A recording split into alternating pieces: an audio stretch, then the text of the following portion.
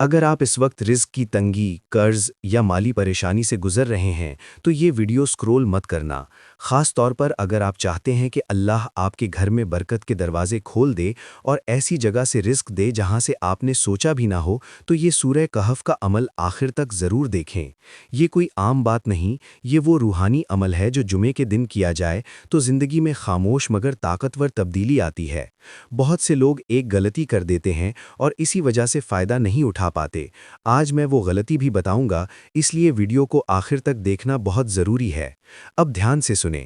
اگر آپ چاہتے ہیں کہ رزق میں کمی ختم ہو، گھر میں برکت آئے، پریشانیاں دور ہوں اور اللہ کی خاص مدد شامل حال ہو، تو یہ سورہ کہف کا وظیفہ پورے یقین کے ساتھ کریں۔ یہ عمل خاص طور پر جمعے کے دن بہت زیادہ مؤثر ہے، لیکن اگر جمعہ ممکن نہ ہو تو آپ کسی بھی دن یہ وظیفہ کر سکتے ہیں۔ سب سے پہلے باوضو ہو کر پرسکون جگہ پر بیٹھ جائیں، قبلہ رخ بیٹھ کر چند لمحے آنکھیں بند کریں اور دل کو دنیاوی خیالات سے خالی کریں۔ نیت کریں کہ یا اللہ، میں یہ عمل تیری رضا، حلال رزق میں برکت اور اپنی پریشانیوں کے خاتمے کے لیے کر رہا ہوں۔ اب 3 مرتبہ درود شریف پڑھیں۔ ہر مرتبہ اطمینان کے ساتھ پڑھیں اور دل میں اللہ کی رحمت کا تصور رکھیں۔ اس کے بعد سورہ کہف پڑھنا شروع کریں۔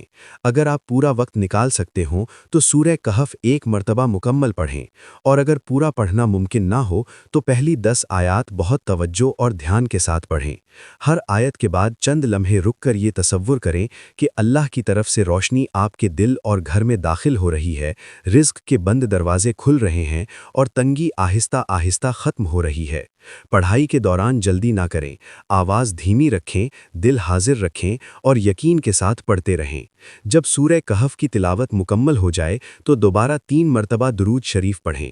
اب دونوں ہاتھ اٹھا کر دعا کریں، یا اللہ، ہمیں حلال، پاکیزہ اور کشادہ رزق عطا فرما، ہمارے گھروں میں سکون، برکت اور آسانی نازل فرما، ہمیں قرض، محتاجی اور بے برکتی سے بچا لے، ہماری جائز حاجات پوری فرما اور ہمیں اپنا شکر گزار بندہ بنا۔ دعا کے بعد چند لمحے خاموش بیٹھیں اور اللہ کی رحمت کا شکر ادا کریں۔ یہ وظیفہ 7 دن مسلسل کریں یا 11 جمعے پابندی کے ساتھ ادا کریں۔